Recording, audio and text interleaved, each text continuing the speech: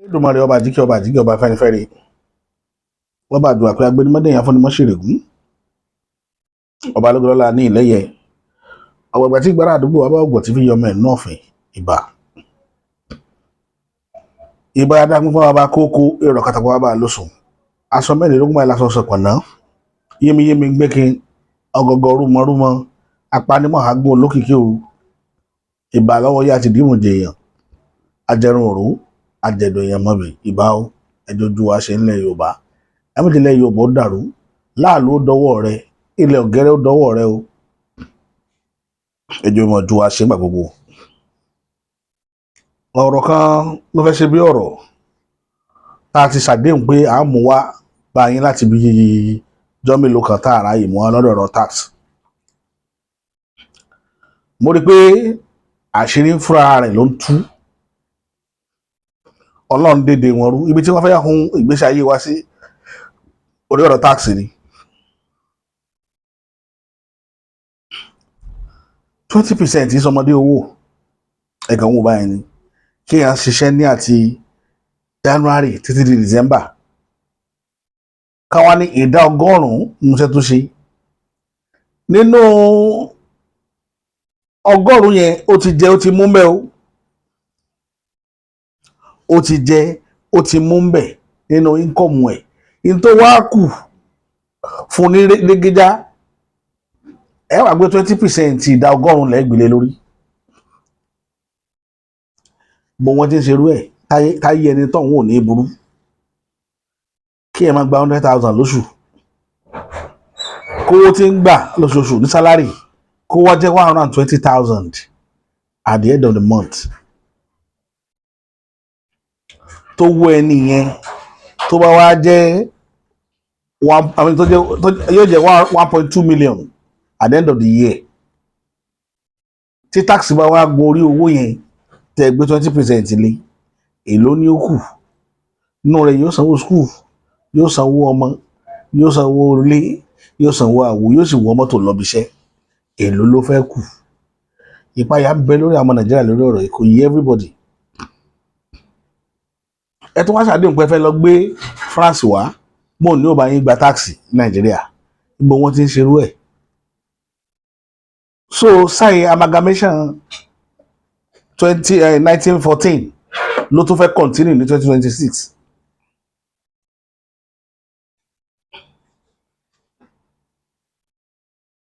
Sáyé amalgamation lẹ́wọ̀n eléyìí táláàfin oko táláàfin Ọ̀yọ́ kó wa sí tá à ń jà lápàlàpà bá ti bọ́m̀bẹ̀ tí òfin lọ ẹnìkankan lẹ̀ Yorùbá ìfẹ́ tèmẹ́nìkan ní ó ṣe tó ṣe ń gbà náà òun la fi wà lóko rẹ̀ dòní oko yẹn náà làwọn tó já síwájú lónìí fẹ́ kó wa lọ tá bá wá kó wa lọ rú oko yìí njó la mọ̀ tá tó bọ́ ilẹ̀ Yorùbá à ń gbọ́rọ̀ yìí lówó ó láàárọ̀ nú ọ̀wẹ̀ là ń pè é ṣùgbọ́n tí ń láàárọ̀ nú tí a bá dákẹ́ tá a sọ̀rọ̀ bínibíní a máa bí ní bèrèbèrè ó bèrè ó níjọ́ kan torí mo rí pé ó dìgbà títí yín làkàrà bá tú epo ó dorí akáyé yín àkàrà bá tú sépo Yorùbá ọ̀dọ̀ tó wà lẹ́yìn sọ̀rọ̀ tẹ́ dákẹ́lé lórí o àfi kẹ́ jáde kẹ́ bóde kẹ́ fọ́ ń gbalẹ̀ kí gbogbo ayé ó mọ̀ pé igán kẹ́gbàjarè tó torí Yorùbá ní bá pọ̀ bá ṣe ká èèyàn máa ń san bá pọ̀ bá ṣe san èèyàn máa ká lérí ni níbi tí wọ́n ń lọ yìí ṣé ò ti fẹ́ mọ́ ju ipá everybody lọ tí ìbá wá ṣàṣírí tí ń tú káàkiri ayé tí di àwọn tó wà nídìí ìwà àbàjẹ́ yìí wá ń tú ta àwọn èèyàn ò ní rí ọ̀tọ̀ ní dọ́kúmẹ̀ntì tẹ́ fi gbé iṣẹ́ jáde ní House of Assembly ọ̀tọ̀ ní dọ́kúmẹ̀ntì tí ń bẹ ń gbòòrò táwọn aráàlú ń rí àwọn arí àwọn tó wà National Assembly pé àwọn nìka ọ̀bàyéjẹ́ afẹnijẹ mọ́fì ayó tí ń fúnni lóko òdí ọ̀pẹ́rú láì mọ̀ pé àwọn náà wọ́n tún ti gbé ọ̀bọ tiwọn náà wọ̀gbẹ́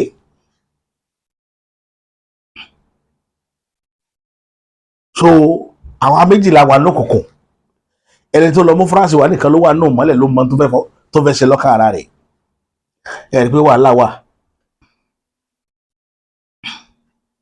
nípa àmúná lọ ẹ rí pé wàhálà wà ìdí rèé tá a fi ń pariwo tá a fi ń ké gbàjarè sí tolórí tẹlẹ́mù ẹ má dákẹ́ lórí ọ̀rọ̀ tó wà nílẹ̀ yìí ẹ má dákẹ́ o nǹkan ti fẹ́ bàjẹ́ nǹkan ti fẹ́ bàjẹ́ tá a bá ní ká mọ wò níran wípé bó ṣe rí kí Nàìjíríà ó lè bá a dáa ni táàsì dà as a professional táàsì dà kò sílùú tí wọ́n ti máa gba owó orí ní gbogbo orílẹ̀-èdè bó ṣe ń gbà lórílẹ̀-èdè tó kù ni wọ́n ṣe fẹ́ gbà lọ́dọ̀ tí wọ́n ń bí ṣé tí wọ́n ń lò fún láwọn orílẹ̀-èdè tọ̀hún ṣó làwọn fẹ́ lò fún bí àbífẹ́ inú tiwa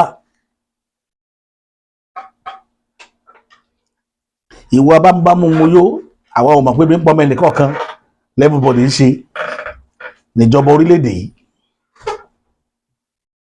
ẹ lọ ibi tá a bọ́rọ̀ ń délé rè kò yí everybody ibi tá a ń bá a lọ yí anybody àṣà mọ̀ pé àṣà ti wà lọ́wọ́ yín náà àdẹ gbọ́dọ̀ sọ̀rọ̀ jù níta rí níjó ni ta fi dákẹ́ ta sẹ́nu bò lé lórí kí náà mẹ́ńbẹ́ o àwọn èèyàn kan ṣègbésẹ̀ lábẹ́ ilẹ̀ bí ó ṣe ní ṣe bí irú orin ìrìnàjò táàrin lọ́wọ́ ò sí ní eegun rẹ̀ ò sí ní sẹ́mọ́ nínú ayé àwọn èèyàn rìn lọ́wọ́ tó le spiritually táàdẹ̀ ń rí but ó kù sọ́wọ́ ẹni tó ń rìnrìn àjò náà ẹni mo sábà pé ẹ̀yìn nìkan ò lè dá gbogbo Nàìjíríà mú kò possible ìdí nìyẹn Ọlọ́run ànọ́ba tó dá ayé òun ọ̀run ṣiṣẹ́ ayé tí máa béwúrẹ́ tí máa fi báyà rẹ̀ sùn kò ní bá yín kò ní sọ ìran Yorùbá wò lágbára lọ́wọ́ Elédùmarè Ọlọ́run níjà rógun èdì torí gbà mí máa ń wà tẹ́ bá ń wà tí nǹkan bá ń bàjẹ́ ẹ máa rò pé nǹkan tẹ̀ ń ṣe dá ni tí ò dẹ̀ dá tó jẹ́ pé èdè ayé ni látàkọ́ àbìkan gbogbo ẹ̀ náà kọ́ lèèyàn máa ń fọ̀rọ̀ ojúbọ̀rọ̀ wò tọ́rọ̀ bá débi tó dé yìí kì í sojúbọ̀rọ̀ mọ́ ṣiṣẹ́ kan ti wà lọ́rọ̀ tax ẹ wá àmọ́ fídíò rẹ̀ wá ẹ wá wo kéèsì ọ̀rọ̀ Ribadu náà ẹnìkan pariwo bí ọ̀sẹ̀ mélòó kan sẹ́yìn tó ní pé òun ò mọ nǹkan tí Ribadu sì ń wá tí sì ń ṣe nínú ìjọba bàbá Bọ́lá Ahmed Tinubu nítorí pé àwọn mọ̀ pé ejò rẹ̀ lọ́wọ́ nú tẹ́bá rántí mo mú fídíò yẹn wá ẹlòmíràn náà tó mú fídíò mi wá again mo sọ̀rọ̀ ń pa ẹ̀ tó ní pé nínú Aso Rock yẹn ṣe tẹ́ ẹ̀ bá wá headquarter Boko Haram ibẹ̀ ló wà ó ní tẹ́ ẹ̀ bá wá bandits ọ́fíìsì wọn head office wọn ó nínú Aso Rock ló wà ṣáṣírí wàá mọ̀ tú báyìí eegun àtiró wọlé èèyàn àtiró bóde ta ni ò ṣàì mọ̀ pé àtiró tó bóde ló wà nínú ẹ̀kú tó wọlé lọ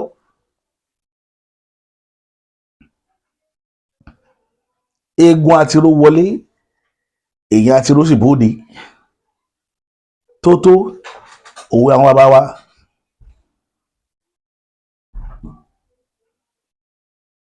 gbogbo bí ṣe ń lọ pátá ló yá àwọn èèyàn kàn dákẹ́ wọ́n wòran ni ibi tí ó já sí lókù kó má wàá bá jálé everybody lórí everybody fẹ́ làá wà very careful pé tó bá fẹ́ já ká lè yẹrí fún Olúwa àánú yóò máa wà pẹ̀lú gbogbo wa kò ní já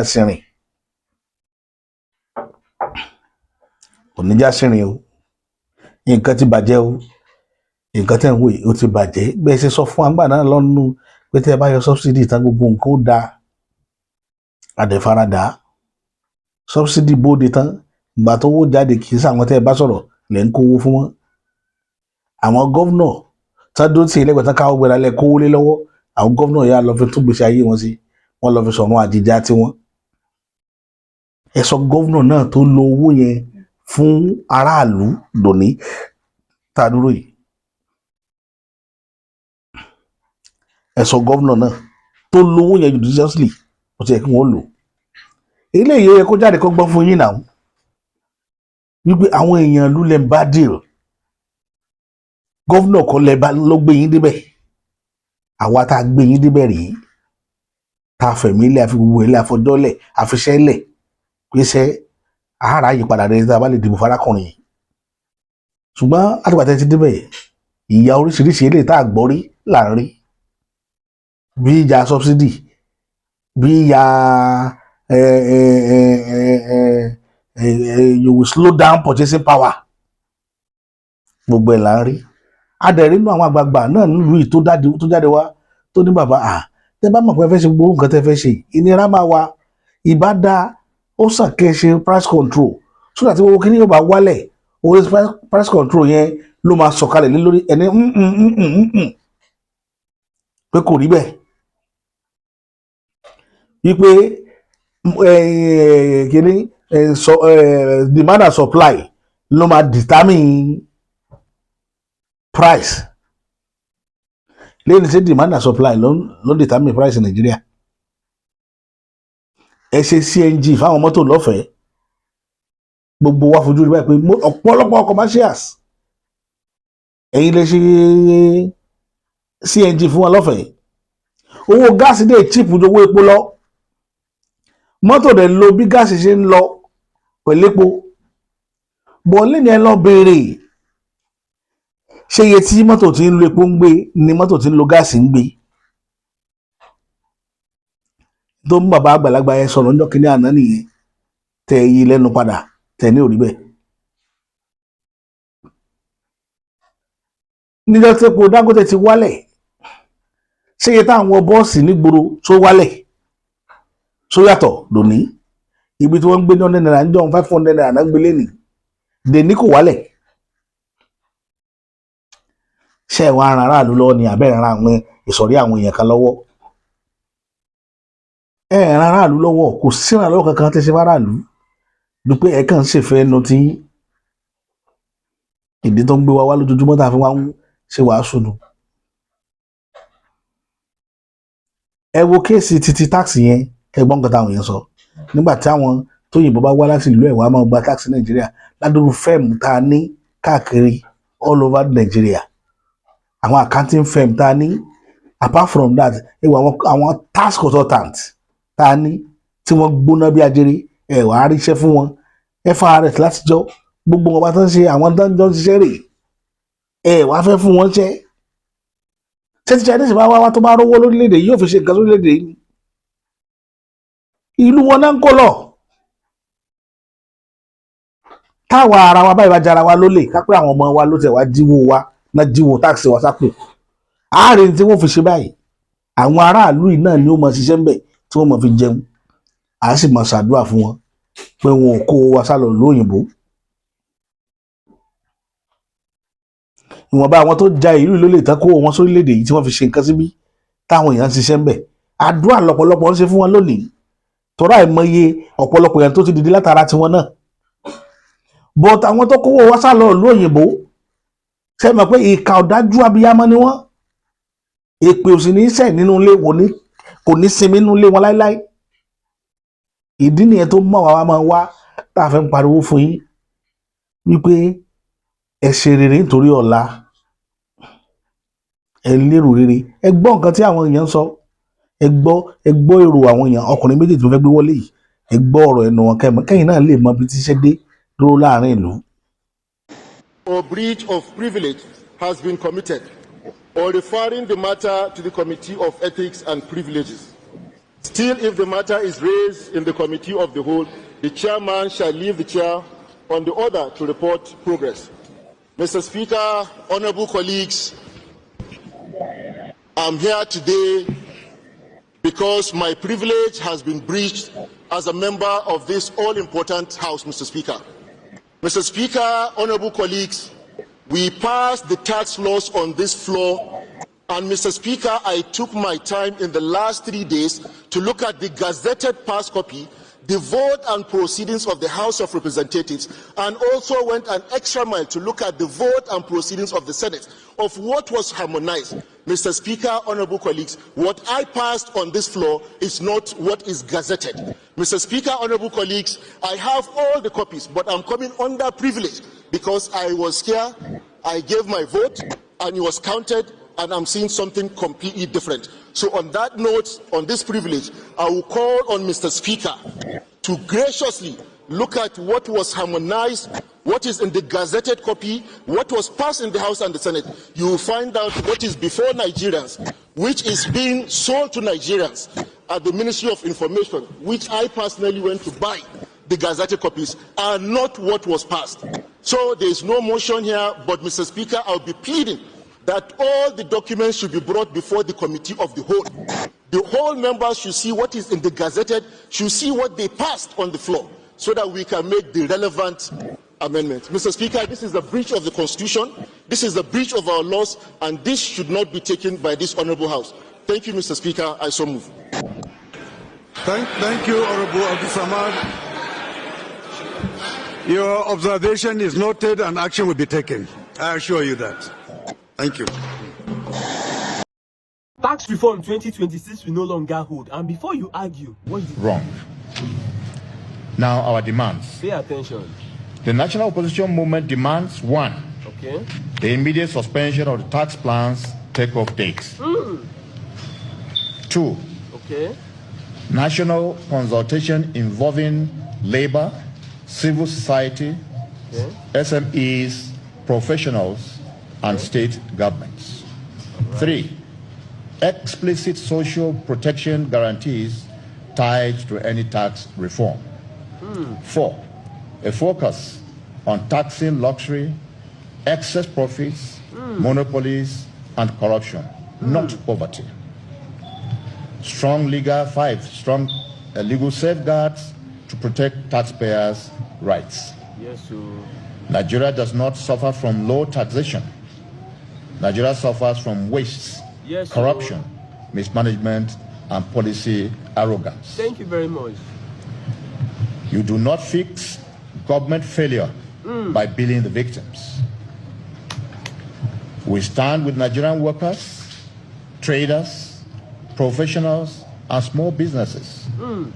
We will resist any policy that punishes the poor to excuse 100%. leadership failures. If this tax plan is forced through without suspension and consultations, the government will be fully responsible for the social and economic consequences. This is not a threat. It's a warning grounded in reality. Nigeria is hurting, and the suffering Nigerians have limits. Let us warn President Tinubu and his enforcers. The crisis in... All right, so congratulations to Nigerians. At least for the first time in a very long time, congratulations to Nigeria. This tax reform is not going to hold, because I don't know why they want tax when the one they already have, there's no use. All the money they've been getting from all over the countries, what are they using it for? Now, they are not even providing the citizens with security. No good food, no good road, no steady light. Okay, now I'm using generator. So now what is the point? In the country, and they want to take 20% of my earnings for next year without even giving me job. All my life I've been self-employed. The government has done absolutely nothing for me. And then next year they want to come and shook hand inside my money and take 20%. It's outrageous. Come on now. Let's tell ourselves the truth. It will not hold. Once again, congratulations, Nigeria. Share this video for others to watch and learn. And don't forget to click that follow button. Thank you. And I'll see you on the next one. For the first time, guy, I'm happy, man. Imagine. Video yẹn lẹ wò yẹn. The second one tó tẹ̀lé tẹ́ tó wò yẹn, ẹ gbọ́ nǹkan tọmọkùnrin yẹn náà sọ lórí ọ̀rọ̀ tax nìyẹn. Àìtọwọ́bọ ọ̀rọ̀ insecurity o. Àti ìtọwọ́bọ ọ̀rọ̀ insecurity níbo là ń bá yàrá lọ, bàbá. Àwọn ń gbọ́ pé ọ̀rọ̀ Kwara tá sọ níbi ìjẹ́lò àbíjọ́ wo ni. Kò ìpéjọ́ mẹ́ta sísìn tá sọ̀rọ̀ pa Kwara pẹ̀lú bó ṣe bá àwọn agbésùnmọ̀mí ṣe wọ Kwara tí wọ́n lọ jẹ́wọ́ pé ìjọba Kwara ló ń kó bọ fáwọn. Àṣírí ti tú, níbo lẹ ti ríbọn. Wọ́n ní ọ́fíìsì NSA yìí náà wọ́n ti ń ríbọn, ìbọn ti ń jáde. Ibẹ̀ náà ni ti ń jáde. So Aso Rock náà, ẹni tó wá sọ pé Aso Rock ní Boko Haram wà, ṣẹ́ni ìyẹn parọ́. Ẹni tó ní tẹ́yẹ̀ bá fẹ́ rí àwọn Boko Haram kéèyàn lọ sí Aso Rock, ṣẹ́ni ìyẹn ti parọ́ báyìí. Ẹni ìyẹn ò parọ́. Ó ní bandits pé headquarter wọn Aso Rock ni.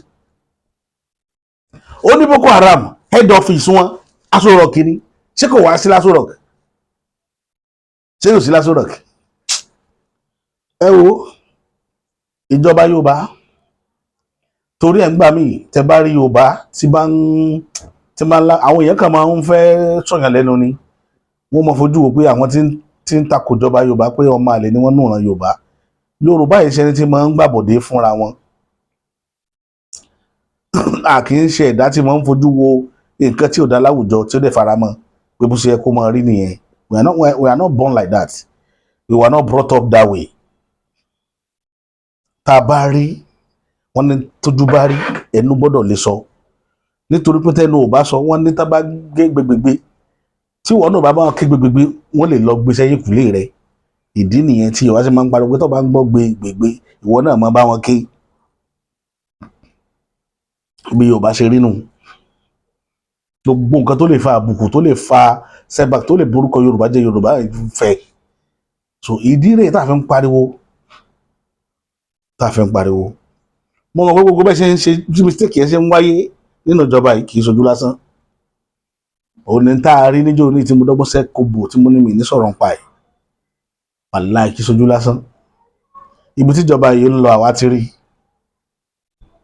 o very clear kò ní ìdí káyọ̀sẹ̀ máa dààmú ara wa Yorùbá nìkan là á kàn bẹ̀ wípé níjọ́ mi ọjọ́ rí eré tí ẹ máa sá eré bẹ́ẹ̀ sì bọ́ lóko ẹrú ni kò sọ́mọ yín tí ó darapọ̀ mọ́ àwọn tí ń bẹ ń ta yìí nínú sáà tá a wà yìí kó ń fẹ́ jà fúnlẹ̀ Yorùbá ẹ gbàgbé ẹ má nírètí nínú ẹ̀ tọ́ọ̀bá àlú bá sọ pé òun jà fúnlẹ̀ Yorùbá ẹ má nírètí amalgamation 1914 la fi wà nù hóló tá a wà lónìí tí Aláàfin Ọ̀yọ́ lọ sáìn tí ò bùn àwọn èèyàn gbọ́ nílẹ̀ Yorùbá ọ̀ràn tọ́yọ̀ dálẹ̀ kì í tọ́yọ̀ lé Ọ̀yọ́ tòní ọ̀ràn tó dálẹ̀ láàrin tán yìí aṣíwájú náà tó ti ń da ó lè ṣe lọ pe fọ́rẹ́nà wá pé wàá máa wá gba àṣàkọ́lẹ̀ Nàìjíríà ọ̀nà ó ṣètò bẹ́ẹ̀ ṣe gbàṣàkọ́lẹ̀ fún yín agreement ti máa wà lábẹ́rẹ́ táwa ò ní mọ̀ ẹ wá padà rí pẹ́yìn lẹ́ ń sin ìlú yẹn lọ gbogbo bí wọ́n ṣe to ètò báwọn ẹ sáwọ́dún àwọn tó fẹ́ bọ́ òní ìlú tí ó bá bọ́ ní òní irú èèyàn bíi Sankara ìlú tí ó bá bọ́ ní òní èèyàn bíi Traore àbúrò morúkọ ẹ̀